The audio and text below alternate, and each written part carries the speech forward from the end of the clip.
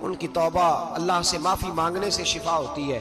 حجاج جب مرنے لگا تو بلایا، یہ رنگ بھی ذرا ملاحظہ کیجئے گا، 2-4 قریبیوں کو بلایا۔ پتہ ہوتا ہے نا اپنے کرتوتوں کا آدمی کو، پتہ سارا ہے سردار لوگ کیتی ہیں، جب پتہ ہوتا ہے سارا، بلا کے کہنے لگا جب میں مر جاؤں تو مجھے رات کو دفن کرنا۔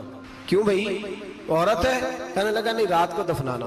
ٹھیک ہے رات کو دفنا دیں گے۔ پھر کہنے لگا جب صبح ہو جائے تو صبح ہونے سے پہلے پہلے میری قبر زمین کے برابر کر دینا، نشان مٹا دینا۔ کہا وجہ؟ تو کلمہ پڑھتا ہے اور حضور کا حکم ہے کہ قبر کم از کم ایک بالش ایک گٹ اونچی ہونی چاہیے زمین سے کم از کم، تو تیری قبر مٹا دے۔ وجہ پتہ ہوتا ہے اپنے ظلموں کا۔ کہنے لگا مجھے پتہ ہے لوگ میرے مرنے کے بعد میری قبر بھی نہیں چھوڑیں گے، دنیا میں تو میرے جبر کی وجہ سے کوئی آ نہ سکا، لیکن میری قبر بھی لوگ جنازوں میں باتیں شروع کر دیتے ہیں۔ جنازوں میں نے ایسی بھی داستانیں سنی ہیں کہ کوئی مرا تو لوگ جوتوں کا ہار قبر پہ ڈالا ہے۔ نہیں بھائی تو جب زندہ تھا تو تیرے جبر ظلم کی وجہ سے نہیں کو بول سکا۔ ایک تو ایک قیامت میں حساب ہوگا، یہاں دنیا میں حساب ہونے لگتا ہے۔ اتنی لمبی زبانیں لوگوں کی لٹک کر مرتے وقت باہر نکل آتی ہیں۔ دعا کریں، جمعہ ہے، اللہ تعالیٰ ایمان کی موت عطا فرمائے۔ دعا فرمائے رب تعالیٰ اللہ تبارک و تعالیٰ توبہ کر کے جانے کی توفیق عطا فرمائے۔ جاگے اور سنے اور دعا کرے، اے اللہ تو ہمیں ظلم سے ویسے ہی محفوظ فرما، اگر ہم زیادتی کرنے لگے تو اے اللہ ہمیں اس سے منع فرما، ہمیں اس سے تو یہ توفیق دے کہ ہم بھاگ آ جائیں اس گناہ سے۔ میرے بھائی ایک تو دنیا میں سزا ہے، پھر قیامت کی سزا ہے، اور وہ زیادہ سخت ہے، وہ زیادہ سخت ہے۔ ہم لوگوں نے نا ہیلے بہانے بڑے بنائے ہوئے ہیں۔ بینک کے ساتھ کاروبار کرنے والا کہتا ہے نہیں مجبوراً لیا ہے، مجبوراً مر رہا تھا تو آخری لمحوں پہ تھا تو جائز ہے، جائز ہے۔ اس وقت جب تجھے کھانے کو لقمہ نہ لگے تو حرام کھانا بھی جائز ہے۔ کیا دقت تھی؟ کیوں اللہ رسول کے مقابلے میں کھڑا ہوا تو؟ کیوں سود کا دھندا کیا؟ کیا تکلیف تھی؟ کہاں تو الجھ گیا تھا؟ ہم جان بوجھ کے اپنے لیے جہنم کٹھی کرتے ہیں، پھر کہتے ہیں سکون نہیں زندگی میں۔ کہاں سکون آئے گا؟ کیسے آئے گا؟ ہم نے خود آگ لگائی ہے چمن میں اپنے۔ جو قیامت کی سزا ہے، میرے نبی پاک علیہ السلام نے فرمایا رب تمہیں سامنے کھڑا کرے گا۔ اور کس طرح کھڑا کرے گا؟ فرمایا لوگوں کے وجود سے کپڑے اتر جائیں گے، زمین اس طرح دہکے گی جس طرح تانبا زمین پہ رکھا جائے اور آگ جلائی جائے۔ تانبا دیکھا آپ لوگوں نے؟ یہ بھی گرمی گزری ہے نا، تو فرش پر جب سورج پڑتا تھا تو ننگے پاؤں چلا نہیں جاتا تھا۔ صحیح کہہ رہا ہوں؟ ننگے پاؤں، بچے کا پیر زمین پہ لگتا ہے تو چیخ اٹھتے ہیں، کہتے ہیں اوہ جل گیا پیر، حالانکہ یہ فرش دنیا کے ہیں۔ اور اگر تانبے کے اندر خاصیت ہے کہ اگر کوئی دھات جلدی اور زیادہ گرم ہوتی ہے تو وہ تانبا ہے۔ میرے نبی نے مثال دی تو اس کی دی جو سخت تھا، فرمایا تانبے کی طرح زمین تپائی جائے گی اور پھر ننگے پاؤں رب تمہیں کھڑا کرے گا۔ آج سورج کی پشت تمہاری جانب ہے، قیامت میں منہ تمہاری جانب ہوگا۔ نیزہ آپ نے دیکھا ہوگا، نیزہ ہوتا تھا، فرمایا یہ جو تم نیزے دیکھتے ہو صرف 1.25 نیزے کے برابر سورج قریب آ جائے گا، اور پھر اللہ تمہیں سامنے کھڑا کر کے تم سے سوال جواب کرے گا۔ اور حضور نے کہہ دیا ہے تو اب کسی نعت خواں کے کہنے سے بات بدل سکتی، کسی پیر کے کہنے سے جملہ بدل سکتا، کسی خطیب کے کہنے سے فکر نہ کرنا وہ سامنے جنت پڑی ہے، اب بات بدل سکتی۔ خدا کی رحمت پر بھروسہ رکھنا ضروری ہے، نبی پاک کی شفاعت کی امید رکھنا، بولیے، لیکن جو حضور نے بیان کیا ہے اس کو ماننا بھی یہ بھی ضروری ہے۔ میرے نبی پاک نے فرمایا اللہ تم سے حساب لے گا اور اللہ پوچھے گا، تم نے جواب دینا ہے۔ حضور کس شے کا؟ فرمایا جو پہنتے ہو اس کا جواب نہیں دینا، جو کھاتے ہو اس کا جواب نہیں دینا، جو اللہ کے رستے میں دیتے ہو اس کا جواب، باقی ہر شے کا جواب دینا ہے۔ ادھر جو پلاٹ ہے اس کا بھی جواب دینا ہے، اور جو بچوں کو پیسے بتائے ان کا بھی جواب دینا ہے، جو چھپائے ہیں ان کا بھی۔ ثم لتسألن یومئذ عن النعیم، جو کمیٹی اپنے محلے میں ڈالی ہے اس کا بھی جواب دینا ہے، جو سسرال کے علاقے میں ابا جی سے چوری ڈالی ہوئی ہے اس کا جواب بھی، سب کا جواب دینا ہے، تمام حساب کتاب۔ اور اللہ فرماتے ہیں میں سامنے کھڑا کر کے ہر سوال کا تجھے ہر سوال کا جواب صاحب۔ اچھا یہ جو بڑے لوگ تھے وہ حساب سے ڈرتے تھے، ہم چھوٹے لوگ ہیں ہم حساب سے ہم نہیں ڈرتے، ہم کہتے ہیں دیکھی جائے گی۔ بڑے لوگ جو تھے وہ حساب سے، حضرت ابوبکر صدیق دعا کرایا کرتے تھے، دعا کرو اللہ مجھ سے حساب نہ پوچھے۔ حضرت عمر فاروق رضی اللہ تعالیٰ عنہ اپنے بیٹے سے کہتے تھے بیٹا اپنے باپ کے لیے رحمت کی دعا کرنا، میں درگزر والا ہوں، میں حساب والا کوئی نہیں۔ بڑے لوگ ڈرتے تھے، بڑے لوگ۔ حضرت عثمان غنی قبر پہ کھڑے ہوتے تھے تو داڑھی آنسوؤں سے بھیگ جاتی، غلام کہتے ہیں حضور 3 دفعہ نبی پاک نے آپ کو جنت کی بشارت دی، 3 دفعہ بشارت دی ہے، تو آپ کیوں اتنا روتے ہیں؟ عثمان غنی فرماتے جس رسول نے مجھے جنتی کہا ہے اسی محبوب نے مجھے فرمایا تھا عثمان قبر آخرت کی منزلوں میں سے پہلی منزل ہے۔ اور آپ فرماتے میرے تو کمرے میں دیا گل ہو جائے تو مجھے ڈر لگتا ہے، اس میں تو مکمل اندھیرا ہے۔ آپ فرماتے کھڑکیاں بند ہو تو دم گھٹنے لگتا ہے، اس کو تو دروازہ ہی کوئی نہیں، روشن دان تک نہیں۔ بھائی جو بڑے تھے وہ ڈر رہے تھے۔ مولا علی شیر خدا نماز کا وضو کر کے کانپتے تھے، کانپتے۔ علی آپ مرحب کے سامنے نہیں کانپے، خیبر کا دروازہ اکھاڑتے نہیں کانپے، بدر، احد، خندق، حنین اور خیبر میں نہیں کانپے، تو یہاں آپ فرمانے لگے مالک کے سامنے جاتے ہوئے ڈر آتا ہے۔ بڑے لوگ کانپتے تھے، بڑے لوگ۔ آج کون سا جمعہ ہے؟ سارے بولیے۔ حالانکہ یہ اگلے سال دوبارہ آئے گا، ہمارا نہیں پتا کہ ہم ودا ہو جائیں کہ کیا بنے۔ یہ کون سا جمعہ ہے؟ آیا جمعہ الوداع، آئے ہم آج ایک فکر لے کر کے جانا، ایک سوچ۔ جہاں روز رات کو بیٹے کی ٹینشن، بیٹی کی ٹینشن، بھائی کی ٹینشن، پوتے کی ٹینشن ہوتی ہے نا، ایک ٹینشن اور اپنے آج ایک ٹینشن بڑھا لو، قبر کی ٹینشن پیدا کر لو، قیامت کی تھوڑی سی فکر کر لو، تھوڑی سی، ایک لمحے کے لیے صحیح تھوڑا خیال پیدا کریں۔ حضرت حسن بصری نام سنا ہوا ہے نا، یہ حضرت علی کے شاگرد ہیں، نبی پاک کے گھر میں آ جاتے تھے کئی دفعہ، بچے تھے جب۔ حضرت حسن بصری تابعی ہیں، فرماتے خانہ کعبہ میں عمرہ کرنے گیا، طواف کعبہ کر رہا تھا تو بڑا عجیب منظر ہوا، رات کی تنہائی ہوئی۔ اس وقت کئی دفعہ طواف بند بھی ہوتا تھا، اس لیے کہ رش کم ہوتا تھا تو رات کو سب سو جاتا تھا۔ کہتے رات ذرا گہری ہوئی تو لوگ اپنا اپنا خیمہ لے کے جاتے تھے، اب تو ہوٹل ہے نا تو خیمے لگتے تھے، لوگ خیمہ لے کے جاتے تھے، جہاں جگہ ملتی تھی خیمہ لگا کے رہتے تھے۔ فرماتے میں رات کو سویا خیمے میں، ایک دردناک آواز آئی، میٹھی ہے، دھیمی ہے، پر درد بڑا ہے۔ کوئی رونے والا رو کے کہتا ہے اللہ حساب قیامت میں مجھ سے نہ لینا، اے اللہ تنہائی میں جتنا مرضی حساب لینا پر لوگوں کے سامنے نہ لینا۔ اور پھر کہتا ہے اللہ فضل تو تب کرے جب تو میرا حساب پوچھے ہی نہ۔ پھر چند منٹ گزرے تو پھر وہ رونے لگا، میرے کانوں میں آواز آئی، کہنے لگا اے اللہ حساب تو ان کا لیا جاتا ہے جو حساب کے قابل ہوتے ہیں۔ اعلیٰ حضرت کہتے ہیں نا رضا سے تو کیا حساب لے گا، رضا بھی کسی حساب میں ہے، اے اللہ میں قابل نہیں، مجھ سے حساب نہ لینا۔ کہتے تھوڑی دیر گزری تو پھر وہ رونے لگا، پھر ذرا سانس سنبھلے تو پھر کہنے لگا اے اللہ میں تو لوگوں کو کوئی بندہ حساب پوچھ لے تو نہیں دے سکتا، میں تجھے کیسے حساب دوں گا؟ پھر تڑپنے لگا۔ کہتے تھوڑی دیر گزری تو پھر ایک لفظ انہوں نے کہے رونے والے نے، کہنے لگے اللہ دیکھ تیرے محبوب کا فرمان ہے جو معافی مانگے تو اسے معاف کر دیا کرتا ہے۔ اے اللہ میں معافی مانگنے آیا ہوں اور مسجد نہیں آیا، میں کعبۃ اللہ ہی آ گیا ہوں۔ کہتے ہیں وہ اتنا روئے کہ چیخ آئی ان کی، اور جب دھڑام سے کوئی زمین پہ گرا تو میں پریشان ہوا کہ اب تو بے ہوش ہو گیا۔ فرماتے ہیں میں زور سے اٹھا فٹافٹ اور اس شخص کی طرف بڑھا، میرے دل میں خیال ہے کوئی گناہگار ہے بیچارہ، تو چلو میں بھی دعا کرتا ہوں، اس کو کہتا ہوں بیٹے فکر نہ کر، اللہ تیری مدد کرے گا۔ فرماتے ہیں میں گیا اس نیت کے ساتھ کہ میں کہوں گا چلو اٹھو تم بھی دعا کرو، میں بھی کرتا ہوں، اللہ ہم سے حساب نہ پوچھے۔ کہتے میں گیا تو وہ شخصیت بے ہوش پڑی تھی، کالے سیاہ بال ان کے چہرے پہ بکھرے ہوئے تھے۔ کہتے لوگو جب میں نے زلفیں ہٹائیں چہرے سے تو میرا وجود کانپنے لگا آسمان ٹوٹ پڑے گا، زمین پھٹ جائے گی، ستارے بکھر جائیں گے، آج بہہ جائیں گے سمندر۔ فرماتے ہیں میری چیخیں نکل گئی، یہ کوئی گناہگار تو نہیں، یہ تو حضرت فاطمہ کے پوتے امام زین العابدین ہے، یہ تو امام حسین کا وہ بیٹا ہے جو کربلا میں تنہا بچے تھے۔ فرماتے ہیں میں امام کا چہرہ دیکھا تو بھاگ کے آیا اور میں نے اپنی داڑھی ان کے پیروں کے ساتھ مس کی اور میں نے کہا حضور اٹھئے۔ امام اٹھے تو میں نے کہا شہزادے تیرے تو اشارے سے اللہ کئی گناہگاروں کو بخشے گا، تیری تو دعا سے اللہ بخشے گا، یہ کیا کر رہے ہو؟